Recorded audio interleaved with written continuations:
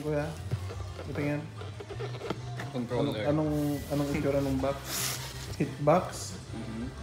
Sabi nila pang daya daw yan eh. Yun nga eh, pang daya. Eh, kailangan kong manalo eh. Magkano yan? 350. Gagamitin mo para manalo? Pang daya. So, pupunta tayo dapat sa sa professional tournament. Para mabawi yung pera. Para mabawi mo yung pera.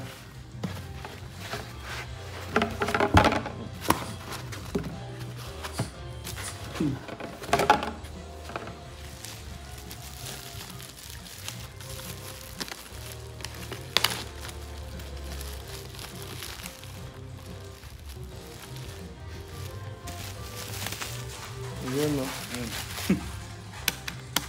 Oh, bakit siya? Hindi siya hitbox eh. Hindi, ito yung isang hitbox. Gusto ko yung may stick eh. So, hindi siya hitbox na pangdaya? Hindi, pwede mong i-hold down. Tapos, sonic boom. Hindi mo na kailangan i-move. So, pagas lang. So, pwede mo pa rin gamitin yung arrow key dyan sa baba? Ito yung jump eh. So, pwede ka rin mag-jump na hindi mo na kailangan. So, yan yung pinakabagong hitbox? Ano ba to? Kailangan ba naka-wire? Pala eh. Pwede mo na palang talunin si Daigo. Picturean natin. Video? Hindi. Yeah. Happy birthday, Ambo. Candy. Happy birthday. Happy birthday. Na. Happy birthday, Ambo. Blow mo. Kinain na ni Candy. Blow. Blow, Candy. Blow. Blow. Ngayon yung mag-blow. Blow. Ipablow. Ayaw? Wait. Wag mo. One.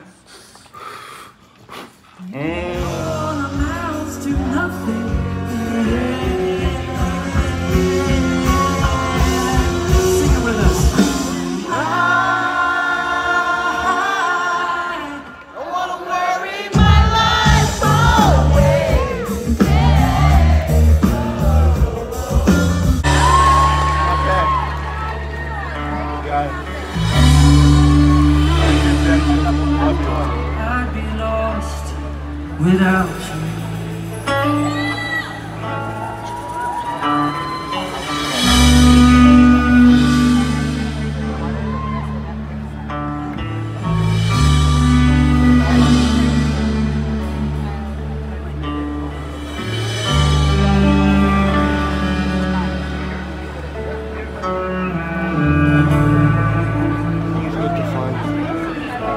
When I look into your eyes, Walang kanin.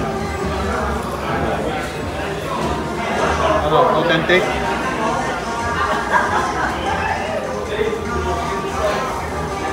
Ano yan? Masarap. Panalo.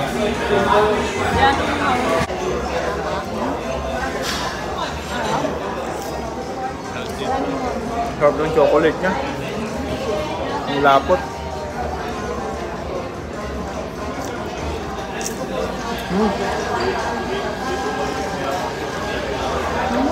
Parang sa Madrid. Sa Madrid to eh. Itong restaurant na. Sa Madrid.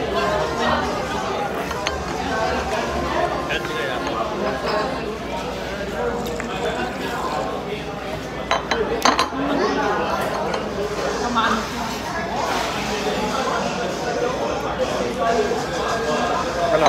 Same lang ba yan? Oo, same lang. Nagpalagay lang ako ng extra.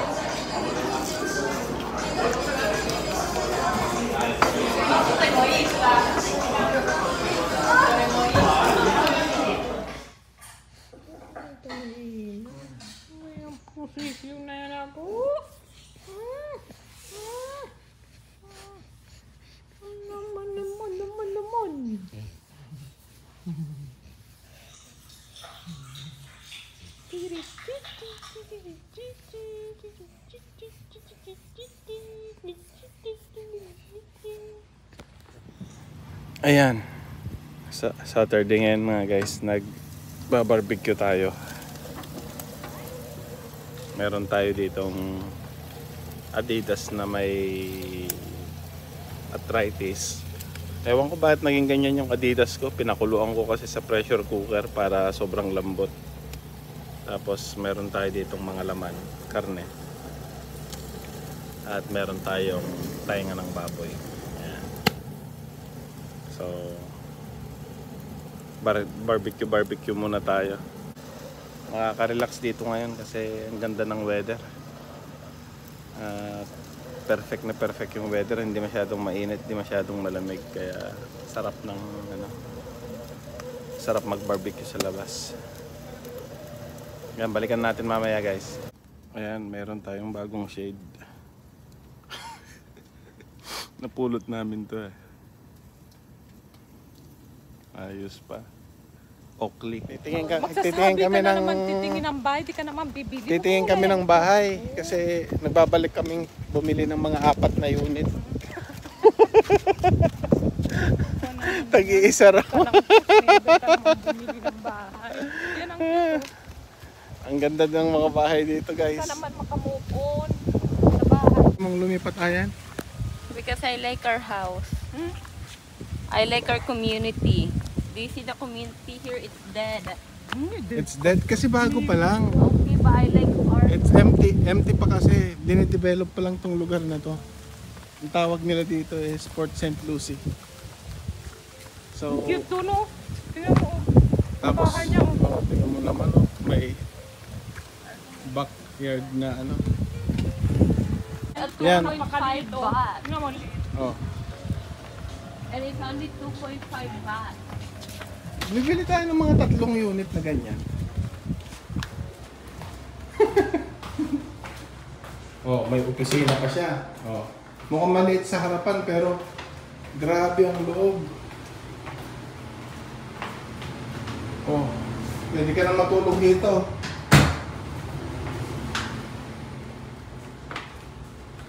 May ano siya, may lababo yan, no? Okay lang naman. May lababo. Testing natin kung may echo. Yaya! Walang echo.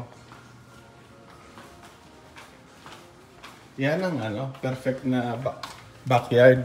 Wow. Yan. May lake. Tingnan mo, ito talagang may lake.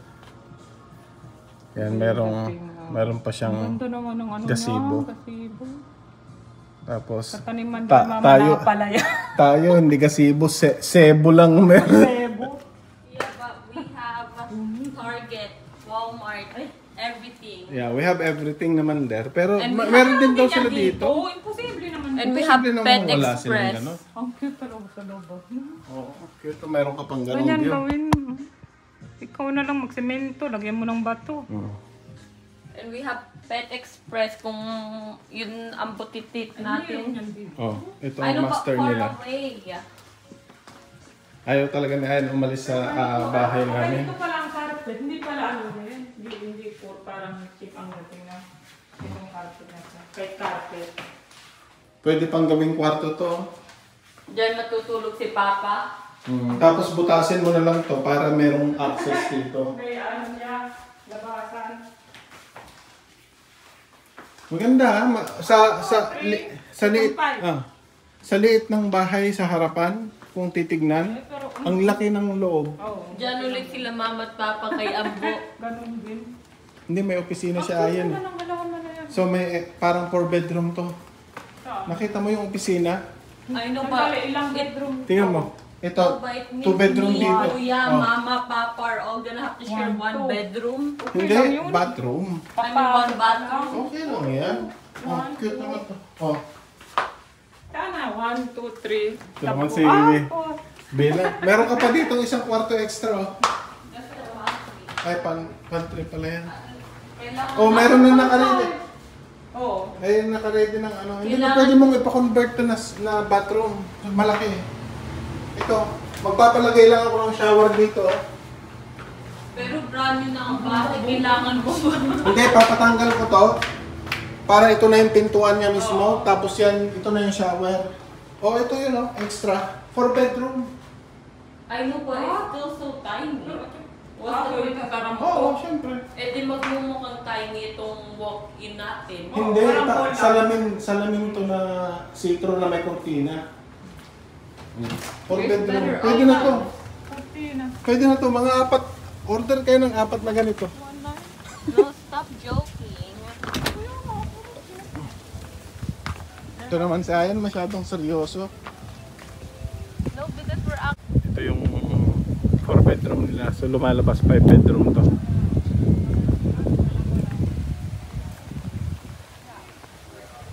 Four bedroom, 2.5 baht.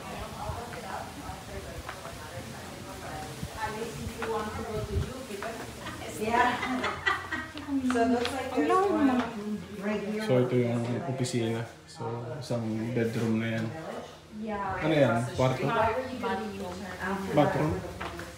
And then there's one like here, like more towards where you guys used to own a home, like the no HOA area. Oh yeah, that There's one side is 15 not. minutes away, and then there's one across town, which is 15 minutes away. So you have 3. But the Bakit hindi na lang gumawa ng tatlo? Kaysa ito naman kalaki. Ano to, Musuleo?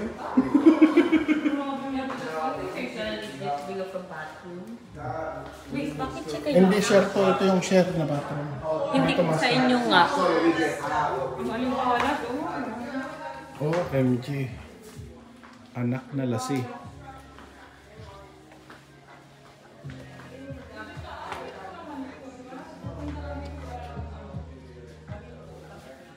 Tanungin natin mamaya yung presyo nito para maka-order tayo ng mga siguro 4 na unit.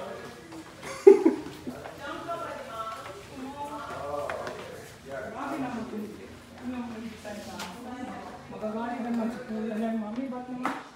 Dati. Ito naman ba't po? Ito naman niya, iyan naman ito. Ayaw timaro ang cellphone niya. Tsaka ito. Maganda, maganda. Maganda, tignan natin sa taas kung ano itsura. Akit tayo.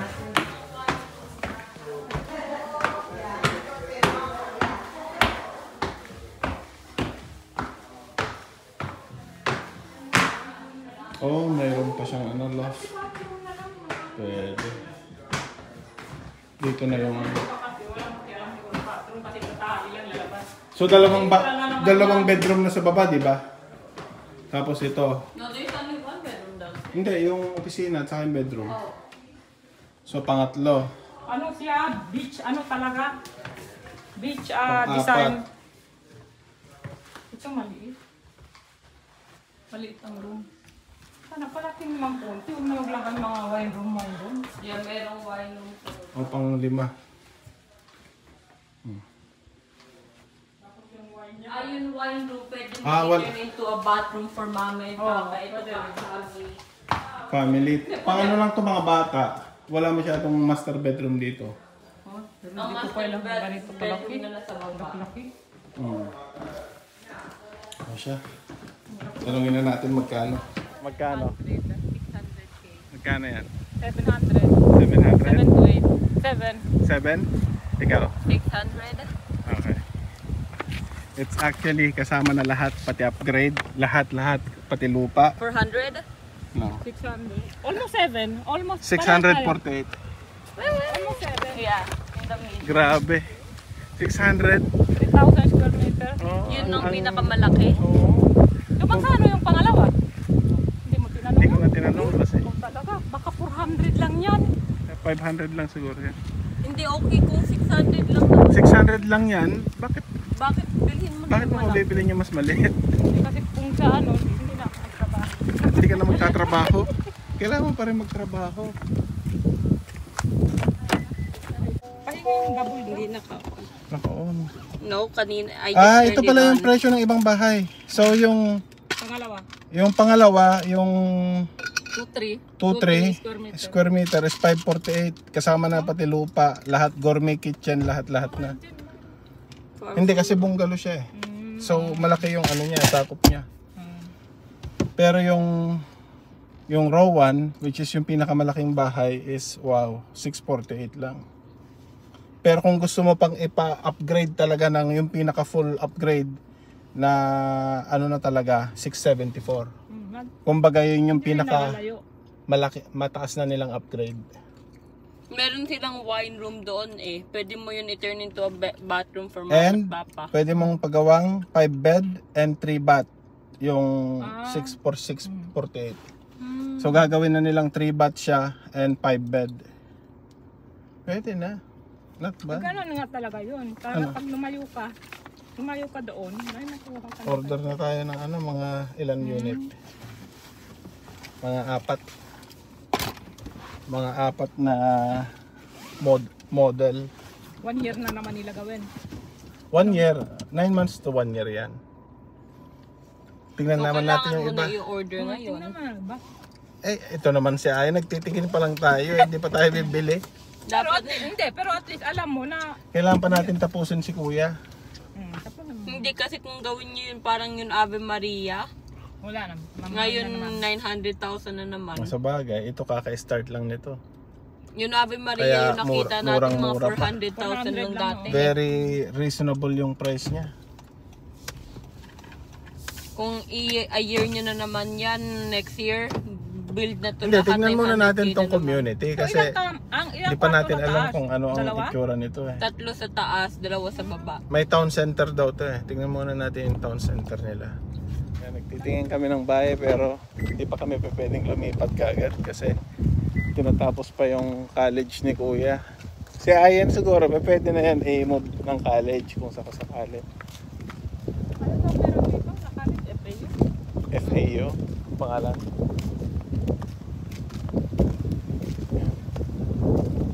So, dito naman tayo sa ibang community ngayon. Para dito eh, Pulte Home.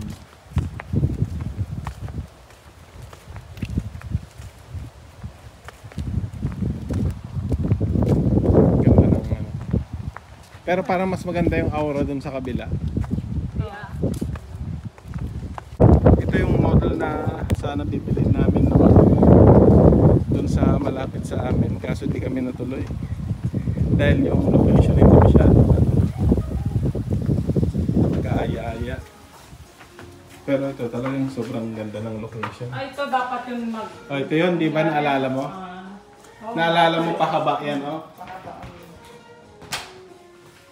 Ito yung office niya.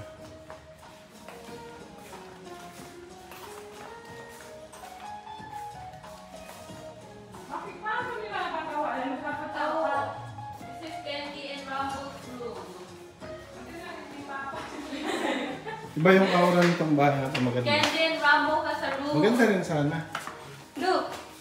Sa lahat ng toys nila, lahat ng food, Lagyan mo rin water. ng kama. Aha. And then tanggalin mo yung door na yan. Lagyan mo lang ng doggy door. Ito yung sabi ko sa'yo, di ba, nung nakita natin, parang liit siya. Parang ang liit. Kusina, di ba? Pero malaki. Rin. Okay na rin. Meron bang pan?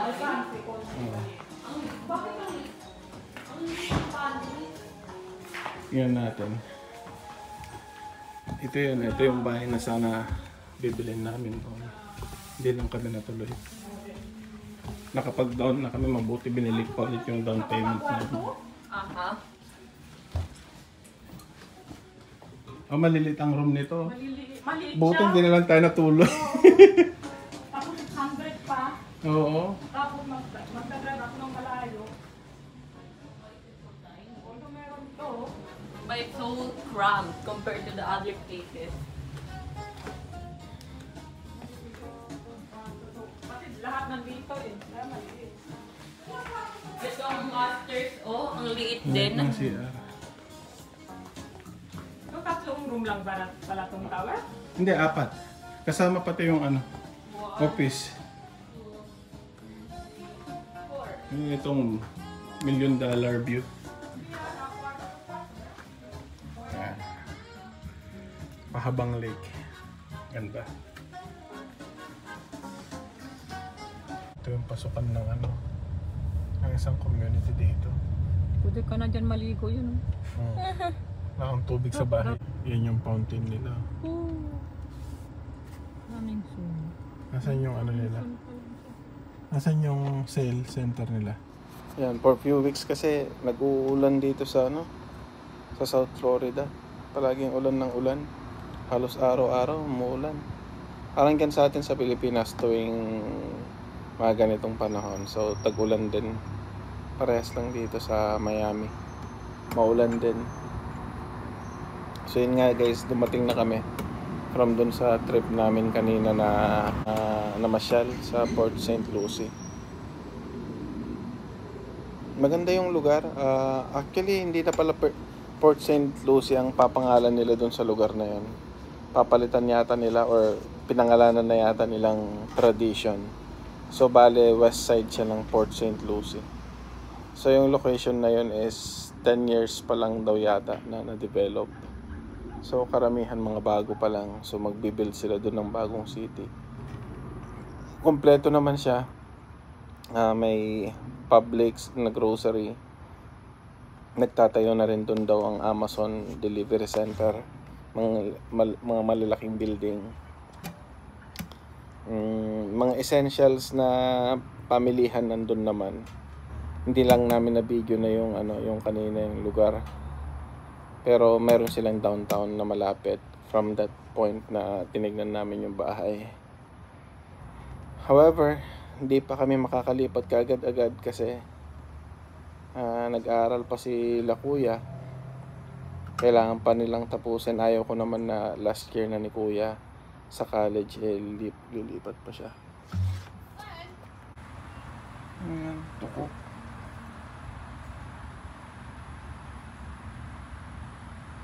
Nag-distract ako dun. So yan, mabalik tayo sa pinag-uusapan natin. So yan, isang taon na lang si Kuya, mag-graduate niya siya sa computer science. And ayaw ko naman na ma-distract pa yung pag-aaral niya. Dahil syempre, kung lilipat kami, mapapalayo na naman kami dito sa lugar namin. And masyadong malayo yung biyabihin niya, mga 2 oras kalahati yata. Kung lilipat kami doon kasi mga 1 oras at kalahati kasi yung layo nun dito sa bahay namin. So medyo malayo, so hindi siya practical mag-change ngayon. Pero maganda yung lugar, no? Siya yan, flexible naman siya, pwede siyang lumipat doon anytime soon kasi kanina nakita niya yung downtown, masaya naman siya. And kahit papaano kompleto naman, kaya masaya na siya. Baka transfer na lang namin siya doon. Total first year, second year pa lang naman siya sa college. Hindi pa naman talaga siya full talaga. So ayun, makikita natin malaki yung diferensya ng presyo ng bahay. Kasi yung bahay na tinitingnan namin kanina na malalaki doon, yung katulad ng sinabi namin 600. Kaya para sa amin affordable na yun.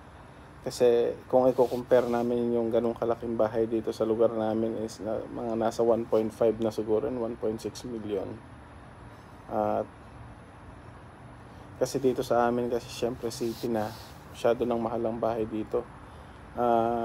Imposible na talagang makabili ng murang bahay dito ngayon dahil fully developed na tong lugar.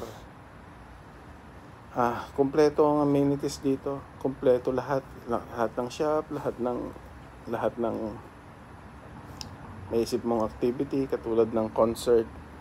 Pag may concert dito, katulad nung nanood kami ng show ni Fluffy or yung mga concert na pinupuntahan namin na mga banda, most likely ginaganap sa may Hard Rock, which is 5 minutes away lang dito sa bahay. Tapos malaki na rin yung Asian community dito. So marami na rin Asian restaurant, Asian services, yung grocery. So kompleto, kaya sobrang mahal na. Tapos itong school district pa namin dito is napakaganda. Kaya lahat ng mga bagong pamilya, may mga bata pang mga anak, dito ang pinipili nilang lipatan. Kaya yung mga bahay namin dito nag-skyrocket din ang presyo. Kaso nga lang, kahit naman ibenta namin to at malaki yung equity na makukuha namin, wala rin kaming mabibiling bahay dito na pampalit dahil sobrang mahal. Usually nasa 1.2, 1.5 million or 1.8 million na yung mga bagong bahay na 4 bedroom.